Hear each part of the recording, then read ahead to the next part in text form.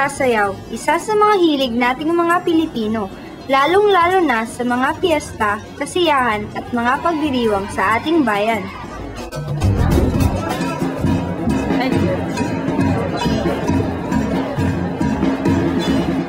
Noong Kadayawan, isang taunang selebrasyon ang pasasalamat para sa magandang ani at panalangin para sa kapayapaan.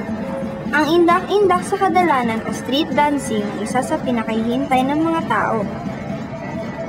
Dito, ang mga kabataan, galing pa sa iba't ibang sulok ng Davao ay lumahok sa kompetisyon ng pagsasayaw. Sa pamamagitan ng mga sayaw na ipapakita nilang iba't ibang kultura at mga kwento ng bawat tribo. Isa na rito ang silver-painted dancers na naglalarawan ng Moro Ami. At dahil ang mga Muslim ay may malaking bahagi ng populasyon ng Davao, may nagsayaw rin ng isang Muslim dance, ang Singkil, na nagpapakita ng kanilang natatanging kultura. At mayroon ding sayaw na naglalarawan ng paniniwala ng ibang mga tribo sa mga anitong nananakot at nanggugulo. Bilib din ako sa mga batang mananayaw at natagalan nila ang init ng araw. Hataw silang lahat sa pagsasayaw. Para sa akin, winner silang lahat.